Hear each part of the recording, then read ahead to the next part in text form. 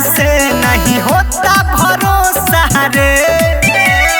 Phone करी ले तो बीजी बतावे लगे देता रे धोखा रे। बताओ कहाँ आई तोहे उखी में सुताई तोर शौक मिटा दी का।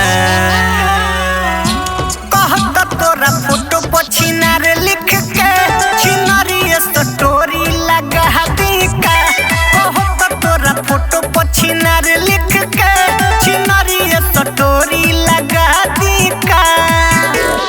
फोटो पर छिनार लिख के फोटो पर छिनार लिख के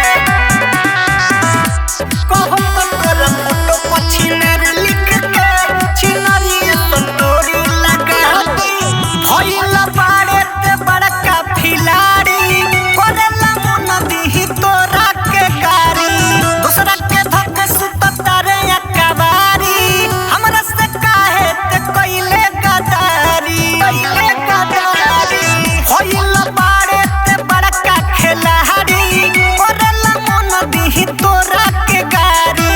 दूसरा के धक्के सुतता रे अकबारी हमरा संग काहे कइले गदारी। गइले भुलाई दिल में अगिया लगाई हम तबाही मचा दी का। कहत तोरा फोटो पर छिनार लिख के छिनारी स्टेटस लगा दी का। कहत तोरा फोटो पर फिलार लिख के छिनारी स्टोरी लगा दी का।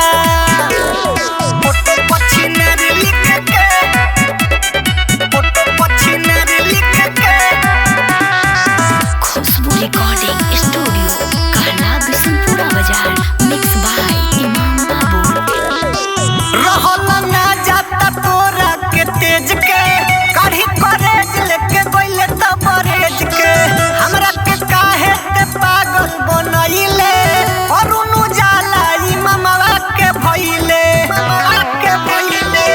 रहल ना जाता तोरा के तेज के काढ़ी करेज लेके गइले त बरेज के।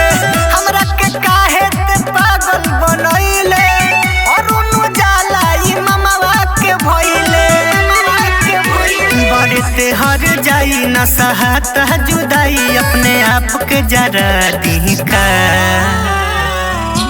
कहत तोरा फोटो पर छिनार लिख के छिनारी स्टोरी लगा